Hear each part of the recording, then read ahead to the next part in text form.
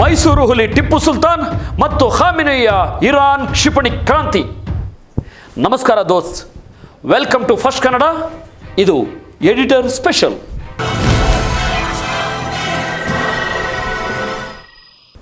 ಇವತ್ತು ನಾವು ಮಾತಾಡೋ ಟಾಪಿಕ್ ಕೇಳಿದರೆ ಖಂಡಿತ ನಿಮ್ಮ ಮೈ ರೋಮಾಂಚನಗೊಳ್ಳುತ್ತೆ. ನಮ್ಮ ಕರುನಾಡಿನ ಹಿಸ್ಟ್ರಿ ಬಗ್ಗೆ ನಿಮ್ಮ ಎದೆಯಲ್ಲಿ ಹೆಮ್ಮೆ ಉಕ್ಕಿ ಹರಿಯುತ್ತೆ. ಎಸ್, ಹೌದು, ನಾವು ಮಾತಾಡ್ತಿರೋದು ಪ್ರಪಂಚದ ಸೂಪರ್ ಪವರ್ಗಳಿಗೆ ಸಿಂಹ ಸ್ವಪ್ನವಾದ ಅಸಮ್ಮಿತ ಯುದ್ಧ ನೀತಿ ಅಥವಾ ಫೋರ್ತ್ ಜನ್ ಬಗ್ಗೆ.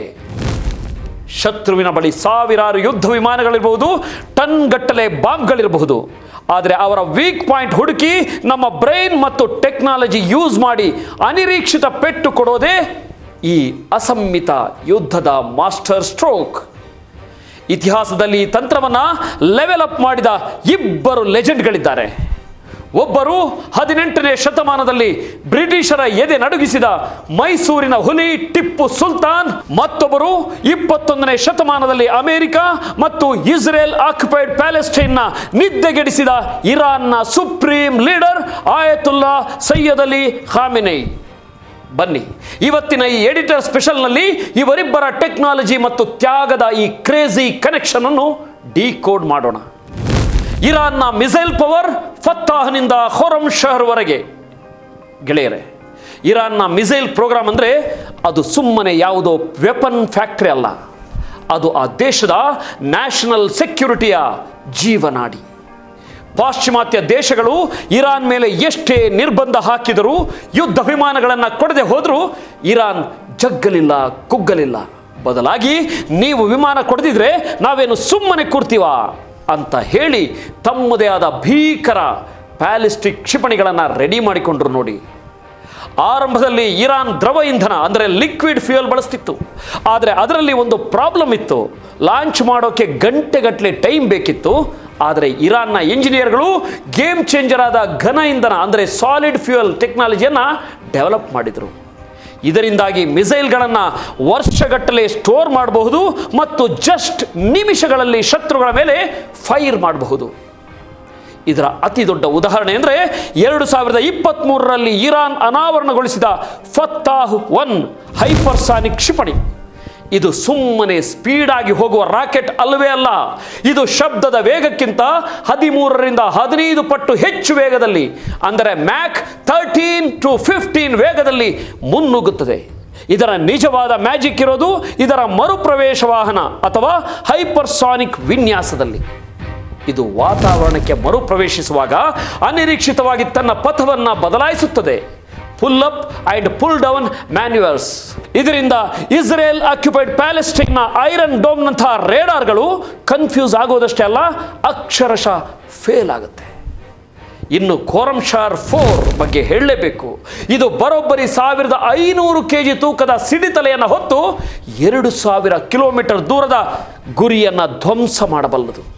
ಜೊತೆಗೆ ಇತ್ತೀಚಿನ ದ ಗ್ರೇಟ್ ಪ್ರಾಫಿಟ್ 19 ಸಮರಾಭ್ಯಾಸದಲ್ಲಿ ತೋರಿಸಲಾದ ಫತ್ 450 ಮತ್ತು ಫತ್ 360 ಕ್ಷಿಪಣಿಗಳು ಶತ್ರುಗಳ ಬಂಕರ್ಗಳನ್ನು ಸೀಳ್ಕೊಂಡು ಹೋಗುವಷ್ಟು ಶಕ್ತಿಶಾಲಿ. ಕ್ರೇಜಿ ಫ್ಯಾಕ್ಟ್ ಏನಪ್ಪ ಅಂದರೆ, ಇರಾನ್ ತನ್ನ ಕ್ಷಿಪಣಿಗಳನ್ನು ರಕ್ಷಿಸಿಕೊಳ್ಳಲಿಕ್ಕೆ 106 ಅಡಿ ಆಳದಲ್ಲಿ ಬೆಟ್ಟಗಳ ಒಳಗೆ ಮಿಸೈಲ್ ಸಿಟಿಗಳನ್ನೇ ಕಟ್ಟಿದೆ.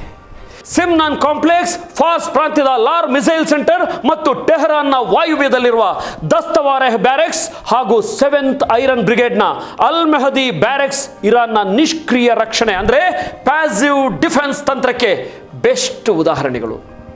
ನಿಮ್ಗೆ ಗೊತ್ತಾ ಸ್ನೇಹಿತರೆ, ಅಮೆರಿಕ ಮತ್ತು ರಷ್ಯಾದ ಯುದ್ಧ ತಂತ್ರಕ್ಕೂ ಇರಾನ್ನ ಯುದ್ಧ ತಂತ್ರಕ್ಕೂ ಅಜಗಜಾಂತರ ವ್ಯತ್ಯಾಸವಿದೆ. ಅಮೆರಿಕ ಯಾವತ್ತಿಗೂ ಏರ್ ಸುಪೀರಿಯಾರಿಟಿ ಅಂದರೆ ವಾಯುಪಡೆಯ ಪ್ರಾಬಲ್ಯ ನಂಬುತ್ತೆ. ಅವರ ಬಳಿ F-35 ನಂತಹ ದುಬಾರಿ ವಿಮಾನಗಳು ಮತ್ತು ಜಲಾಂತರ್ಗಾಮಿಗಳಿವೆ. ಆದರೆ ಇರಾನಿಗೆ ತಾನು ವಾಯುಪಡೆಯಲ್ಲಿ ಅಮೆರಿಕವನ್ನು ಮೀರಿಸಲು ಸಾಧ್ಯವಿಲ್ಲ ಅನ್ನೋ ರಿಯಾಲಿಟಿ ಗೊತ್ತಿತ್ತು ನೋಡಿ. ಹಾಗಾಗಿ ಅವರು ತಮ್ಮ ಸಂಪೂರ್ಣ ಫೋಕಸ್ ಅನ್ನು ಭೂ ಆಧಾರಿತ, ಗ್ರೌಂಡ್ ಲಾಂಚ್ಡ್ ಮತ್ತು ತ್ವರಿತವಾಗಿ ಉಡಾಯಿಸಬಲ್ಲ ಅಲ್ಪ ಹಾಗೂ ಮಧ್ಯಮ ಶ್ರೇಣಿಯ ಕ್ಷಿಪಣಿಗಳ ಮೇಲೆ ಹಾಕಿದ್ರು ನೋಡಿ. ಇದು ಎಕ್ಸಾಕ್ಟ್ ಆಗಿ ಡೇವಿಡ್ ಮತ್ತು ಗೋಲಿಯಾತ್ ಫೈಟ್ ತರಹ. ಕಡಿಮೆ ವೆಚ್ಚದ ಆದರೆ ಹೈ ಇಂಪ್ಯಾಕ್ಟ್ ಕೊಡುವ ಈ ತಂತ್ರ ಅಮೆರಿಕನ್ನರನ್ನ ಅಕ್ಷರಶಃ ಕಂಗೆಡಿಸಿದೆ. ಈ ಬೃಹತ್ ಕ್ಷಿಪಣಿ ಕಾರ್ಯಕ್ರಮದ ಹಿಂದಿನ ಅಸಲಿ ಬ್ರೈನ್ ಮತ್ತು ಪ್ರೇರಕ ಶಕ್ತಿ ಯಾರು ಗೊತ್ತಾ? ಇರಾನ್ನ ದಿವಂಗತ ಸರ್ವೋಚ್ಚ ನಾಯಕ ಆಯತುಲ್ಲಾ ಸೈಯದ್ ಅಲಿ ಖಾಮೆನಿ. 1980ರ ದಶಕದ ಇರಾಕ್ ಯುದ್ಧದ ಕರಾಳ ದಿನಗಳಲ್ಲಿ ಜಗತ್ತಿನ ಬಹುತೇಕ ದೇಶಗಳು ಸದ್ದಾಂ ಹುಸೇನ್ಗೆ ಸಪೋರ್ಟ್ ಮಾಡಿದವು. ಇರಾನ್ಗೆ ಬಿಡಿಭಾಗಗಳು ಸಿಗದಂತೆ ನಿರ್ಬಂಧ ಹೇರಲಾಯಿತು. ಆಗ ಖಾಮೆನಿಯವರಿಗೆ ಒಂದು ಸತ್ಯ ಅರ್ಥವಾಯಿತು ನೋಡಿ, ನಮ್ಮ ರಕ್ಷಣೆಗೆ ನಾವು ಬೇರೆಯವರನ್ನ ನಂಬಬಾರದು, ನಮಗೆ ನಾವೇ ರಕ್ಷಕರು. ಕೂಡಲೇ ಅವರು IRGC ಅಡಿಯಲ್ಲಿ ಸ್ವಾವಲಂಬನಾ ಜಿಹಾದ್ ಸಂಸ್ಥೆ ಅಂದರೆ ಸೆಲ್ಫ್ ಸಫಿಷಿಯನ್ಸಿ ಜಿಹಾದ್ ಆರ್ಗನೈಸೇಷನ್ SSJO ಅನ್ನು ಹುಟ್ಟಿಹಾಕಿದರು. ಪಾಶ್ಚಿಮಾತ್ಯರ ಕಾಪಿ ಪೇಸ್ಟ್ ಮಾಡುವ ಬದಲು ಇರಾನ್ನ ಯುವ ವಿಜ್ಞಾನಿಗಳು ಸ್ವಂತ ತಂತ್ರಜ್ಞಾನ ಆವಿಷ್ಕರಿಸಬೇಕು ಅಂತ ಸವಾಲು ಹಾಕಿದರು. ಕಠಿಣ ಆರ್ಥಿಕ ನಿರ್ಬಂಧಗಳ ನಡುವೆಯೂ ಕ್ಷಿಪಣಿ ಕಾರ್ಯಕ್ರಮದ ಬಗ್ಗೆ ಅಮೆರಿಕನರು ಪ್ರಶ್ನಿಸಿದಾಗ, ನೀವು ಇಂಥದ್ದೇ ಕ್ಷಿಪಣಿ ಹೊಂದಬೇಕು ಅಂತ ಹೇಳಲಿಕ್ಕೆ ಅಮೆರಿಕನರಿಗೆ ಯಾವ ಹಕ್ಕಿದೆ? ಇದು ಇರಾನ್ ರಾಷ್ಟ್ರದ ಅಸ್ಮಿತೆ ಅಂತ ಖಾಮೆನಿ ಅಮೆರಿಕ ಮುಖಕ್ಕೆ ಹೊಡೆದಂತೆ ಹೇಳಿದರು. ಜೊತೆಗೆ ಆಯಕಟ್ಟಿನ ಆಳ ಸ್ಟ್ರಾಟಜಿಕ್ ಡೆಪ್ತ್ ಅನ್ನೋ ಕಾನ್ಸೆಪ್ಟ್ ತಂದು ಲೆಬನಾನ್ನ ಹಿಜ್ಬುಲ್ಲಾ, ಪ್ಯಾಲೆಸ್ಟೈನ್ನ ಹಮಾಸ್ ಮತ್ತು ಹೆಮನ್ನ ಹೌತಿಗಳನ್ನು ಸೇರಿಸಿ ಪ್ರತಿರೋಧದ ಅಕ್ಷ ಆಕ್ಸಿಸ್ ಆಫ್ ರೆಸಿಸ್ಟೆನ್ಸ್ ಅನ್ನೋ ಬೃಹತ್ ಮೈತ್ರಿಕೂಟ ಕಟ್ಟಿ ಶತ್ರುಗಳನ್ನು ತಮ್ಮ ಗಡಿಯಿಂದ ಸಾವಿರಾರು ಮೈಲು ದೂರದಲ್ಲಿಯೇ ಕಟ್ಟಿ ಹಾಕುವ ಭರ್ಜರಿ ಮಾಸ್ಟರ್ ಪ್ಲಾನ್ ಮಾಡಿದರು. ಮೈಸೂರು ಕನೆಕ್ಷನ್, ಟಿಪ್ಪು ಸುಲ್ತಾನ್ ಮತ್ತು ಜಗತ್ತಿನ ಮೊದಲ ರಾಕೆಟ್ ಕ್ರಾಂತಿ. ಇರಾನ್ನ ಈ ಮಾಡರ್ನ್ ರಾಕೆಟ್ಗಳ ಕತೆ ಕೇಳಿದರೆ ರೋಮಾಂಚನ ಆಗುತ್ತೆ ಅಲ್ವಾ? ಆದರೆ ಪ್ರಪಂಚದ ಈ ಅಡ್ವಾನ್ಸ್ಡ್ ರಾಕೆಟ್ ಟೆಕ್ನಾಲಜಿಯ ತಾಯಿ ಬೇರು ಎಲ್ಲಿದೆ ಗೊತ್ತಾ?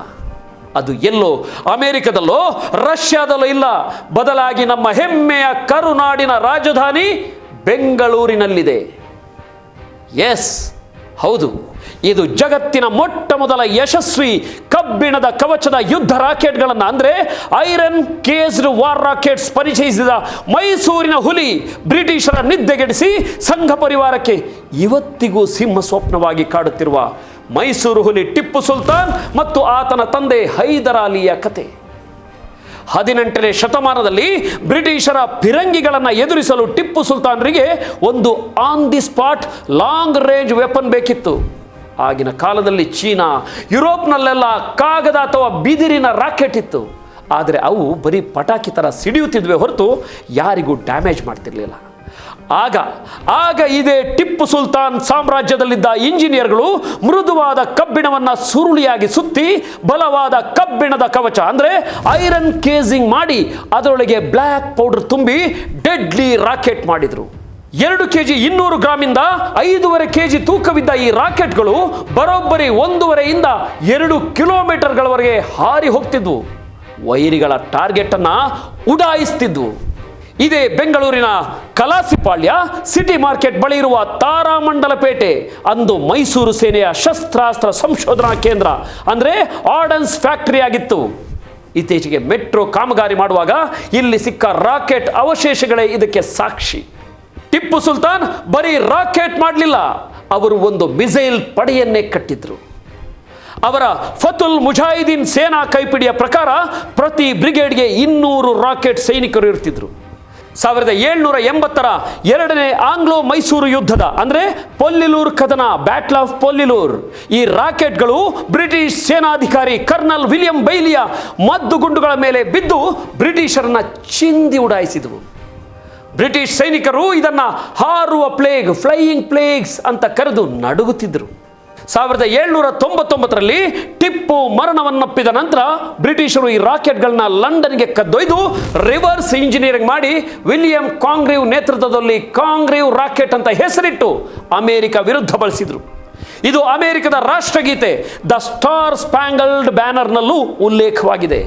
ಅಷ್ಟೇ ಯಾಕೆ, ಭಾರತದ ಹೆಮ್ಮೆಯ ಮಾಜಿ ರಾಷ್ಟ್ರಪತಿ ಡಾಕ್ಟರ್ APJ ಅಬ್ದುಲ್ ಕಲಾಂ ಅವರ ವಿಂಗ್ಸ್ ಆಫ್ ಫೈರ್ ಕೃತಿಯ ಪುಟ 42 ಮತ್ತು 43ರಲ್ಲಿ ಇದರ ಬಗ್ಗೆ ಮಹತ್ವದ ಉಲ್ಲೇಖವಾಗಿದೆ. ಖಾಮೆನಿ ಟಿಪ್ಪು ಸಾಮ್ಯತೆ, ತ್ಯಾಗ ಬಲಿದಾನ ಮತ್ತು ಇರಾನ್ನಲ್ಲಿ ಟಿಪ್ಪುವಿನ ಕ್ರೇಜ್.